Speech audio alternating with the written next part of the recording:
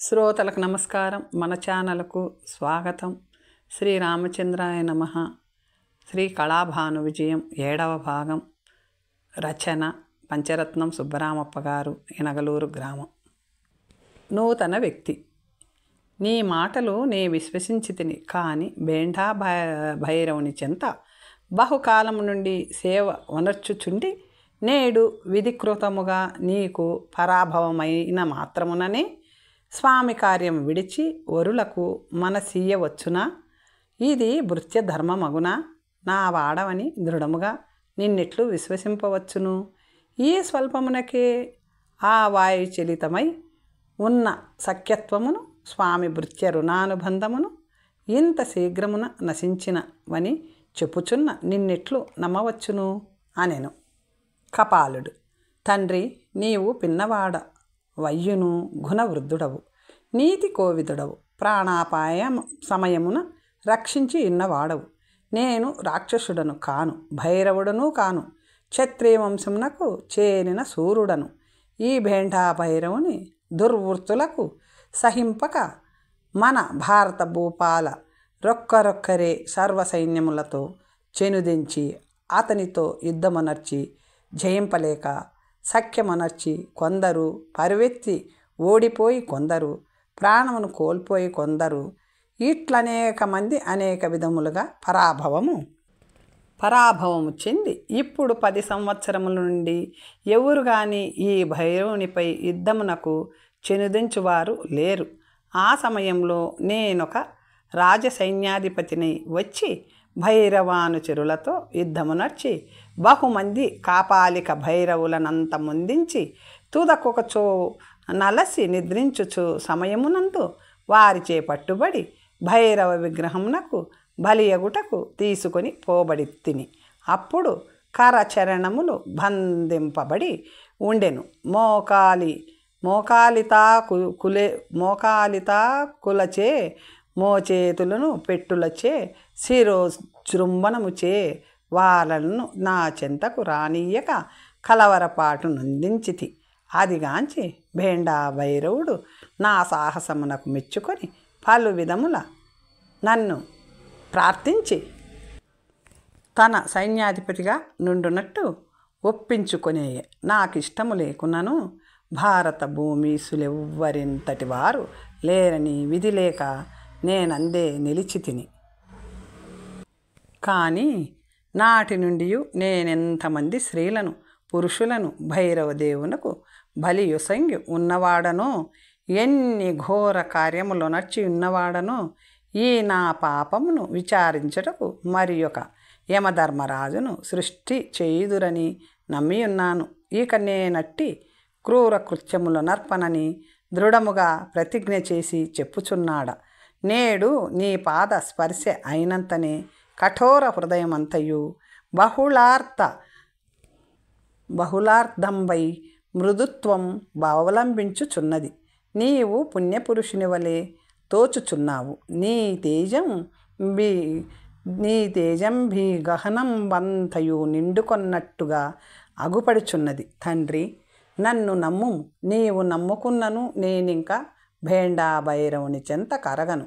అతడెట్టి మంత్రముల చేత నన్ను కట్టివేయను, ఎట్టి అస్త్రముల చేత నన్ను సంహరించును అనుభవించి ప్రాణంబులనైనను విడిచెద. కానీ నేనయ్యడ కేగను. నీకిష్టమైన నన్ను విశ్వసింపుము, లేకున్నా అట్లనే ఉండుము అనెను. నూతన వ్యక్తి. అతని చెంతకు పోకున్న మంత్రములతోడను శస్త్రములతోడను చంపునంటివే. అతడేమి ఏ మంత్రవేత్తయా అనెను. కపాల. అయ్యయ్యో దేవా, నేనేమి చెప్పుదు? అధర్వణ వేద మాతనికి కరతలామలకము 1000 బహువిధ భూతనాథుడైన బేతాళుడే అతని మంత్రపాశబద్ధుడై ఇప్పుడు ఇంచుమించుగా 3 మాసముల నుండి గహనమం దగోరించుచున్నవాడు. ఇంకా 1 నెల దినములలో మారణం హోమమై నామ వశిష్ఠుడగును. నేనేమాత్రమో యోచింపుడు. నూతన వ్యక్తి. నీవాతని చెంత చేరక మునుపే ఏ రాజు వద్ద ఉంటివి? అప్పుడు నీ పేరేమి అనెను. కపాలుడు, నేను మా రాజు వెంట యుద్ధమునకు రాలేదు.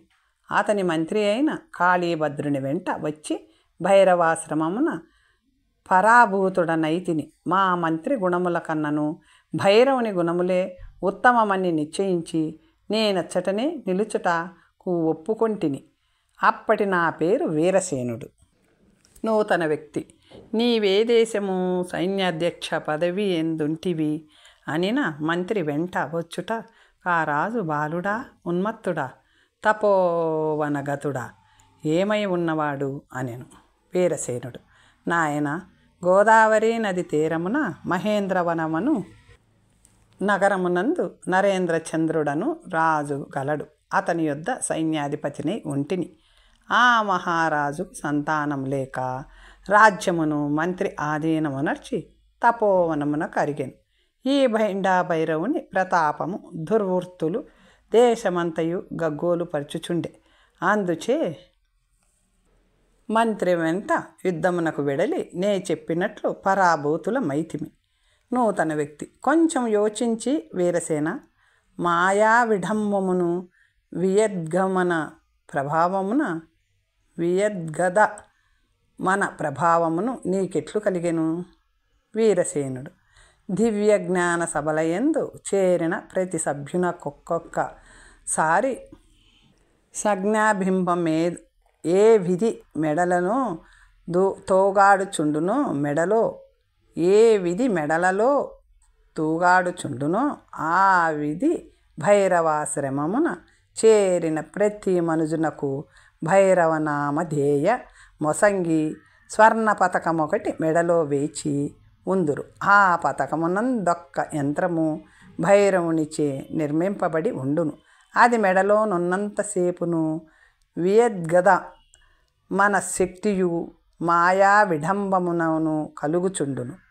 ఆ పతకమును ధరించుకున్నవాడు ప్రపంచ జ్ఞానం కలిగి ఉన్నప్పుడు సంకల్పించనివి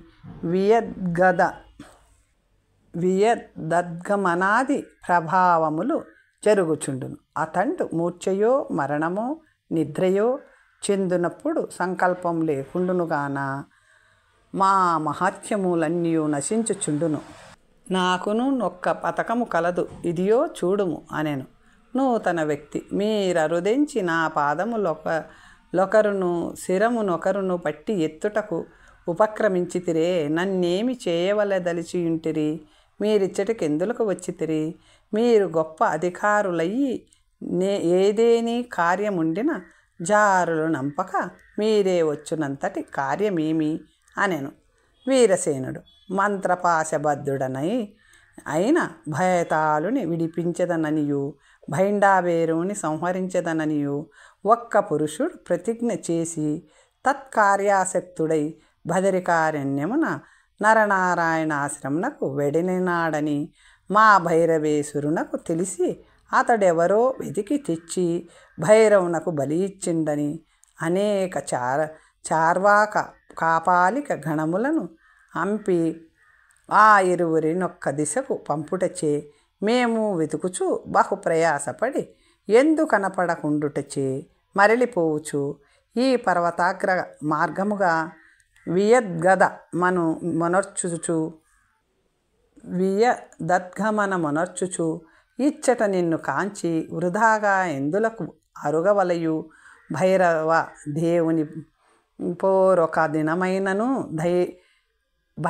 దేవుని పోరొక దినమునకైనను తీరినదే కదా అని బలి ఇచ్చుటకై నిన్ను ఎత్తుకొని ప్రయత్నించితిమి. నీ ప్రతాప భావములు కన్నా నా ప్రతిజ్ఞా పురుషుడు నీవే అయి ఉందువని యోచించి చున్నవాడు నీ వగుదువో కావో నాకు తెలియదు. ఇదియే మా ప్రయాణ కారణం. నీవెవరు? నీవెందులకిట నున్నవాడవు అనెను. నూతన పురుషుడు, అయ్యా, నేనొక్క రాజకన్యకను చోరుల బారి నుండి తప్పించి వారిని సంహరించుటకై వెడలితి. అందొక పాడు దేవాలయం బుందొంటిగా ఉన్నప్పుడు ఆ కాంతను మరలా అపహరించి ఉన్నవారు ఇందెందైనా దాచి ఉందురేమో అని వెతుకుచూ వచ్చి ఈ గుహను కాంచి ఇటకు వచ్చితి. ఇందెందుకన్నను వెలుపల కరుగుటకు మార్గము లేక కొంత విశ్రాంతి చెందుటకై శయనించి ఉంటి. ఆవల మీరు అరుదెంచితిరి. ఇక నీవు వెడలిపొమ్ము. ఇది దేవ సంచార యోగ్య స్థలము వలె అగుపడుచున్నది. ఇంది శవము నుండ నివ్వకుము. గైకొని ఎచ్చటకైనను పారవేచి నీ ఇచ్చకొలది జనుము అనెను. వీర సైనికుడు, బాలక, నేనప్పటి నుండి నిన్ను విడిచిపోనని బతిమాలుచున్నాను. నన్ను విశ్వసింపక నీ ఇచ్చకొలది పొమ్మనుచున్నవాడవు. సత్యముగా నన్ను నమ్ముము. నీకే విధమైన ద్రోహము తలపెట్టను. నీ ఆజ్ఞకు బద్ధుడనై ఉందును అనెను. నూతన వ్యక్తి, వీరసేన, నీ మాటలంతటి విశ్వసనీయములు కావు. బహుకాలము నుండి బేండా భైరవాశ్రమ సభ్యుడవై ఉండి వారి వలనే క్రూర కార్యములొనర్చుటయందు నీ ప్రకృతికి అభ్యాసమై ఉన్నది. ఆ అభ్యాసము కొలది ప్రకృతి ఉండును. సృష్ట్యాదిగా ఏదే తక్షణ పర్యంతము దురభ్యాసమునకు లోనైన చతుర్వంశతి తత్వయుక్తుడవైన నీ జీవుడు బహుజన్మాభ్యాస్త విషయమును వర్జింప శక్తుడు కాక మరలా జన్మించుచుండును. అభ్యాసము వదలలేని ప్రకృతియే కర్మకు గురి అగుచున్నది. కాన కఠోర కృత్యములయందభ్యాసము వహించిన నీ మనస్సు దుష్కృత్యములొనర్చుటకే ఇంద్రియముల ఈడ్చుచుండును. వానిని త్రిప్పి స్వాధీన మందుచు అందుకొను శక్తి నీకు చాలదు. అందుచేత నిన్ను విశ్వసించుటకు వీలు పడదు. నన్ను శరణు చొచ్చినవాడొకటచే చంపక రక్షించి తిని పొమ్ము. ఈ శవమునిట నుండనియ్యి కొమ్ము అనెను. వీరసేనుడు, దేవ, అనాది కాలము నుండి జన్మమెత్తుచు కర్మకు లోనైన జీవులకు అకస్మాత్తుగా సజ్జన దర్శనం స్పర్శ మాత్రము చేతనే బహుకాలానుసరణ దురభ్యాసమును విడిచి సన్మార్గ ప్రవర్తకులై జన్మకర్మముల పారత్రోలి మోక్ష సామ్రాజ్యము అనుభవించి ఉండలేదా? సత్పురుషుడైన నీ దర్శన మాత్రముననే నా ఆజ్ఞ మెల్లన ఉచ్చాటనమై ఉన్నది. జ్ఞానోదయమైనది. నీపై భక్తి జనించినది. ఇంక నేను క్రూర కార్యములొనర్చుట లేదని ప్రతిజ్ఞాపూర్వకంగా నిశ్చయముగా చెప్పుచున్నాడను అనెను. నూతన వ్యక్తి, అట్లయినా వియదద్గమన మాయా ప్రభావములు గల నీ రక్షాబింబమును త్రెంచి నా చేతి కొసంగుము. నీవు అప్పటిచో నిశ్చయజ్ఞుడు అవునని తెలియచున్నది అనెను. వీరసేనుడు, అది ఒక కార్యమా? ఇదై గైకొనుమని మెడయందున్న స్వర్ణ పతకం త్రెంచి వసంగి ఇంకనైను నన్ను నమ్మితివి కదా అని అడిగే. నూతన వ్యక్తి, ఇప్పటికీ కొంత మాత్రం నమ్మి ఉన్నాను. మరికొన్ని సంగతులు నిన్నడిగేదా, దాచక చెప్పెదవా అనెను. వీరసేనుడు, నిరభ్యంతరముగా నాకు తెలిసియున్న విన్నవించెద అనెను. నూతన వ్యక్తి, నీ ఏలికి అగు బైండాభైరవుని విడిచి నన్ను ఆశ్రయించి నేనెంత నమ్మకున్నను నమ్మిక కలుగజేసి నా చెంత నుండెదవనని కఠోరోక్తిగా చెప్పుచున్నావే, నా వలన నీకేమి లాభము కలదు అనెను. వీరసేనుడు, నీవు ప్రతాపవంతుడవు. దేవేంద్రాదులతో నైనను మార్కొను నంతటి తేజో దుర్నిరీక్షుండవు. నీ ఆజ్ఞకు లోనై ఉండెద. ఆ దురాత్మను ఆ కూర కర్మ భైండాభైరవుని నీ బాహుబలము తోడనో అస్త్రశస్త్రముల చేతనో సంహరించి లోకమునకు బాధ తీర్తువనియు తత్కార్యము నందు నాచే అయినంత సహాయం నీకు వనర్పవలెననియు నిన్నాశ్రయించి ఉన్నాను. నీవు ఆ దురాత్మని దృంచుట నాకు లాభముగాక ప్రపంచమంతటికీ లాభం అనెను. నూతన వ్యక్తి, ఆ భైరవుడు మహామంత్రవేత్తయనియు అధర్వణ వేదాభ్యాసి అనియు చెప్పితివే, అతనిని ఏ విధముగా సంహరింపవలేనో నీకు తెలియనా అనెను. వీరసేనుడు, అది వీరసేనుడు అధ్యాస రాసనుడవు అబద్ధ గోధాంగుళి తనుత్రాణుండవు ఆయత్త ఖడ్గ కేటాది పరికరుండవై బాలభానుడి తిరస్కరించు తేజము చేత నున్న నిన్ను కన్న నిక్కము మాదే ఆ దేవేంద్రుండని చెప్పక చెప్పుచున్నది. నీవు ధనుర్వేద పారీణుడవై ఉందువు. నీ అస్త్ర శస్త్రముల చేత నా అతని సంహరింపకున్న నింకా అతనిని జయించువారా ప్రతిజ్ఞు పురుషుడుగాక మరెవరు గలరు అనెను.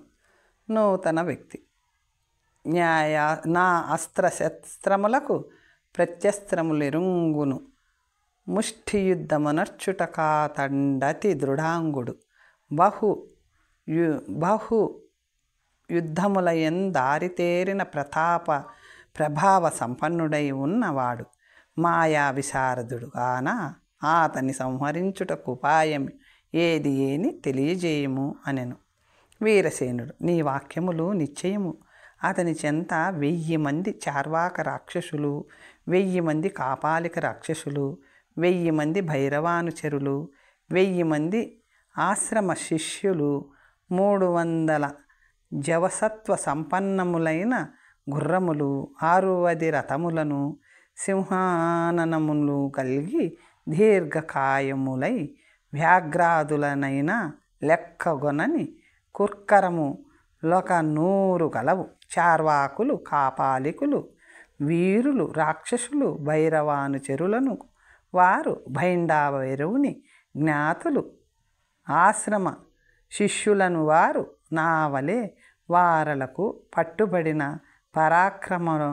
పరాక్రమాన్యులైన వారు, నా వలె పట్టుబడిన పరాక్రమరులైన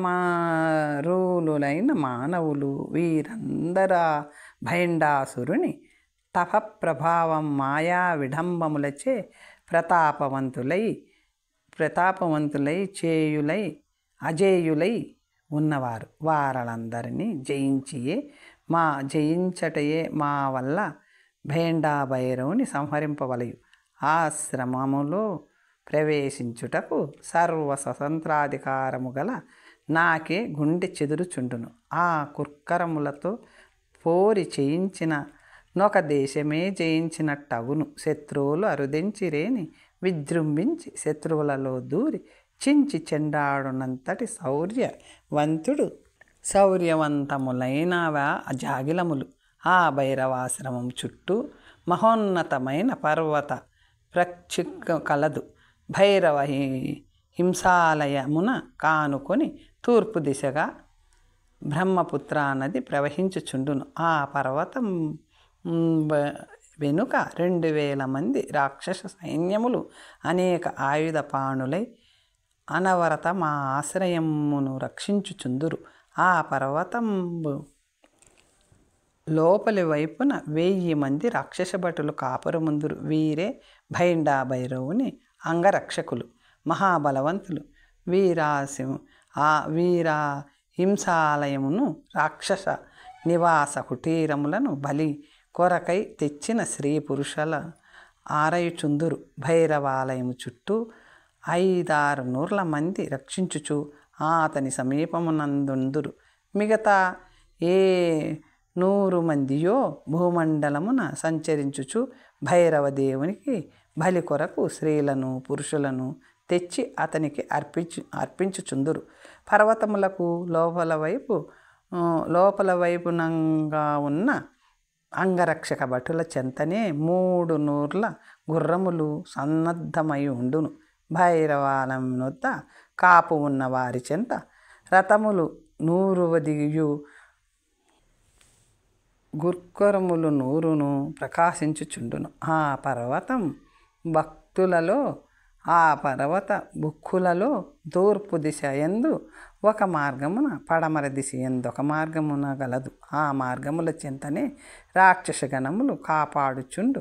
పర్వతాగ్రములపై అచ్చట ఆశ్రమును చుట్టూ గణాలు కల్పించుకొని ఠానాలు కల్పించుకొని ఉందురు. ఉత్తర హిమాలయ పర్వతములో నుండి బ్రహ్మపుత్ర నది ప్రవహించుచు వచ్చి ఆశ్రమము నొరయిచు దక్షిణముగా వెడలి గంగా నది యందు కలియుచుందును. ఇట్టి మహావైభవోన్నతంతోనున్న భేండా భైరవు నెట్లు జయించెదవో నీవే యోచింపుము. నాకేమియూ తోచకున్నది. నన్నేమి పనియొనర్పమని సెలవు సెంగెదవో ఆ పని ఒనర్చుటకు సర్వసిద్ధుడనై ఉందును. యుద్ధమొనర్పమన్న నా శక్తి కొలది నీకు సహాయమునర్చెదా. ఆ మీద నీ ఇష్టం. ఇంకొకటి, పడమర దిశ నుండి దండెత్తు వారికి ఆశ్రయములో బ్రహ్మపుత్ర నది అడ్డగింపదు. తూర్పు దిశ నుండి వచ్చువారికి మాత్రం ఆ బాధ కలదు. నూతన వ్యక్తి: నీ వంటి ఆశ్రమ శిష్యులుగాక మిగతా రాక్షసగణములకు సహాయి రక్షాబింబము కలవా అనెను. వీరసేనుడు: వారు సహజ రాక్షసులగుటచే వియద్గదమన మాయాశక్తులు కలిగి ఉందురు. అందుచే వారికి ఈ రక్షాబింబములుండవు. నూతన వ్యక్తి: దేశముల నుండి బలవంతమున తెచ్చిన పురుషులను స్త్రీలను తెచ్చిన ఆ క్షణమే బలియిత్తురా.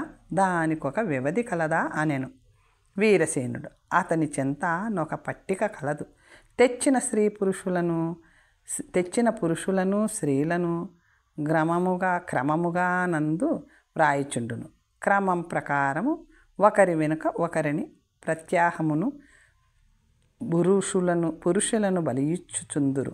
స్త్రీలను ఆశ్రమమునకు వచ్చినది మొదలు 5వ సోమవారం నాడు పట్టిగా క్రమం ప్రకారము బలియిత్తురు. స్త్రీలు బొత్తిగా లేకున్నంతటా ఏ సోమవారము గాని ఉన్న వారిని ఉపయోగపరుతురు. నూతన వ్యక్తి: 4-5 దినముల లోపల ఒక రాజకన్యకను మీ ఆశ్రమమునకు తీసుకొని రాబడినదే అని అడిగెను.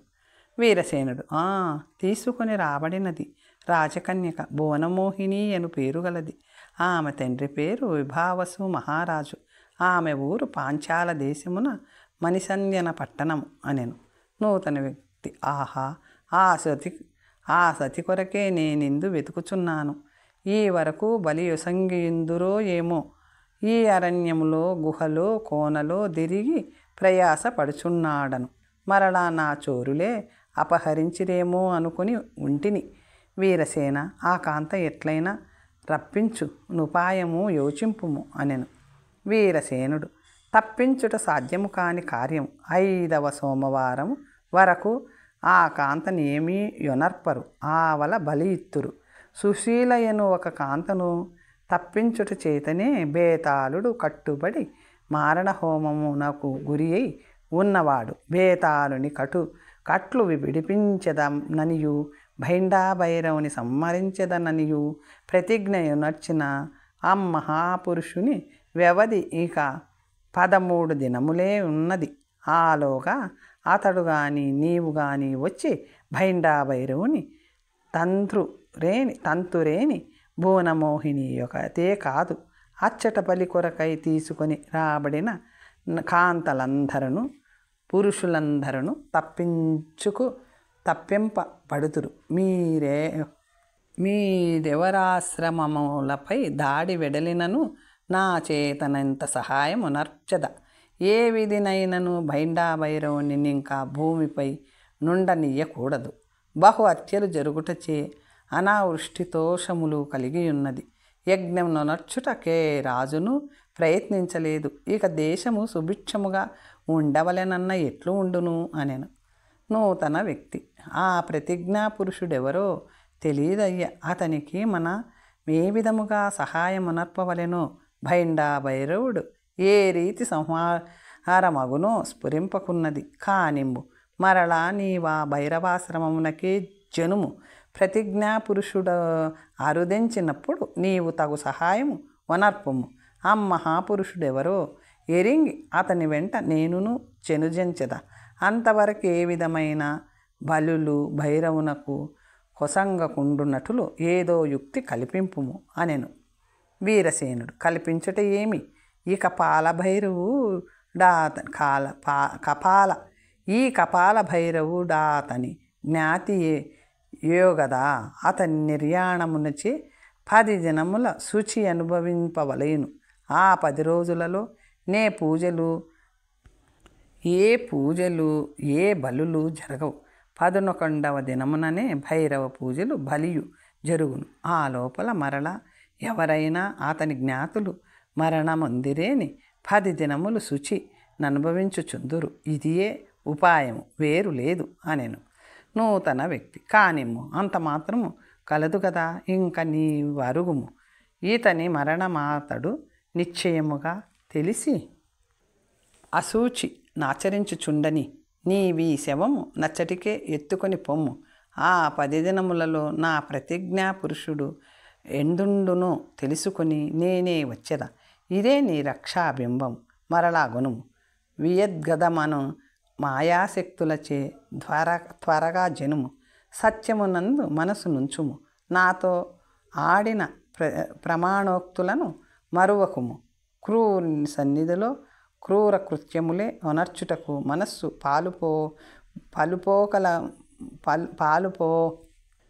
పలుపోకలం పోవుచుండును. ఇంద్రియ నిగ్రహ పురుషుండాత్మోద్ధరణ వనర్చును.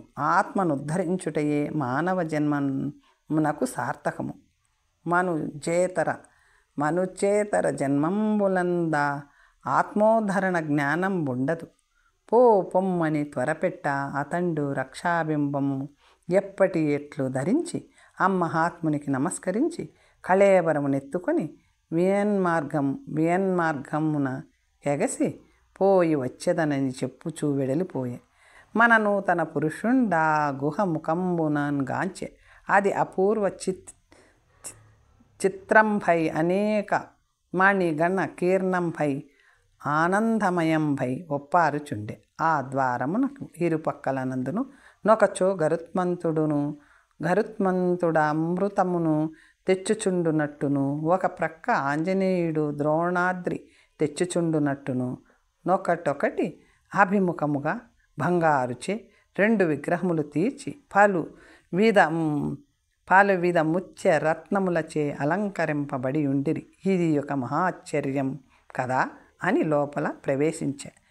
నలుప్రక్కల ఎందును సువర్ణ పుటిటికలు చే భిత్తికలెత్తబడి ఇటుకల సందుల ఎందు పలు విధ రత్నములచే తీగ వరుసలు అలంకరించి ఉండుట కాంచి ఆ మార్గమున్ పోవ గుహాంతరము విశాలంబై పెద్ద బయలొక్కటి కాననయ్యే.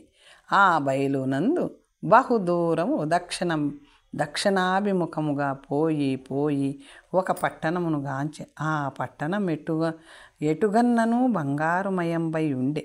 విద్రుమ స్తంభములు, రత్నకటితాస్తక వాటములు, వైఢూర్యమనుల చేత నిర్మింపబడిన సౌదాగ్ర భాగములు, హేమమయంబైన వేదికలు,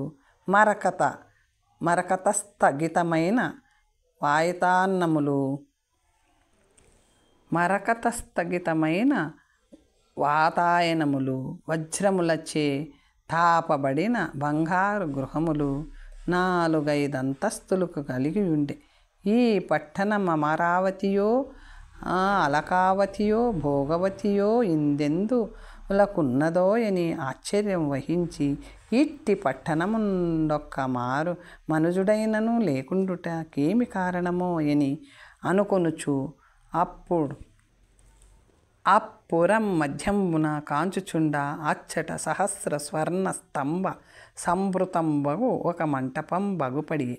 ఆ మంటపము బంగారు గోడలచే, మౌక్తికా తోరణములచే, స్వర్ణ గవాక్షములచే, బహువిధ చిత్రములచే, భూభాగమంతయు పులి చర్మములచే అలంకరింపబడి మనోహరంబై ఉండే. ఇంకనేమి విశేషమున్నదో అని పరికింప ఆ మంటపాంతరమున స్తంభపణామణి మండితంబై వలయాకార పీఠంబై రత్నస్థగితంబైన ఆదిశేష పర్యంకం బగుపడియే. తన్మధ్యమునందే అనేక మణి గణ యుత స్వర్ణ కిరీట హార కేయూర కంకణాది భూషణ భూషితంబును చతుర్భుజ భాగ విభాసిత శంఖ చక్ర గదా ఖడ్గాధ్యాయుధ విభాషితంబును ప్రసన్న వదనంబును స్వర్ణ పీతాంబరాలంకృతంబునగు ఒక లక్ష్మీనారాయణ విగ్రహంబు విరాజిల్లుచుండె. ఆ విగ్రహమునకు వామభాగంబున స్వర్ణమయంబైన బహువిధ భూషణాంబర పుష్పాలంకృతంబై హరిద్రాచూర్ణ కుంకుమాక్షిత శోభితంబై చతుర్భుజ విలసితంబై పద్మాలంకృతాకరముయుతంబై మహాలక్ష్మీ విగ్రహంబు ప్రకాశించుచుండె. ఇరుప్రక్కల ఘృత పరిపూర్ణిత ఖండ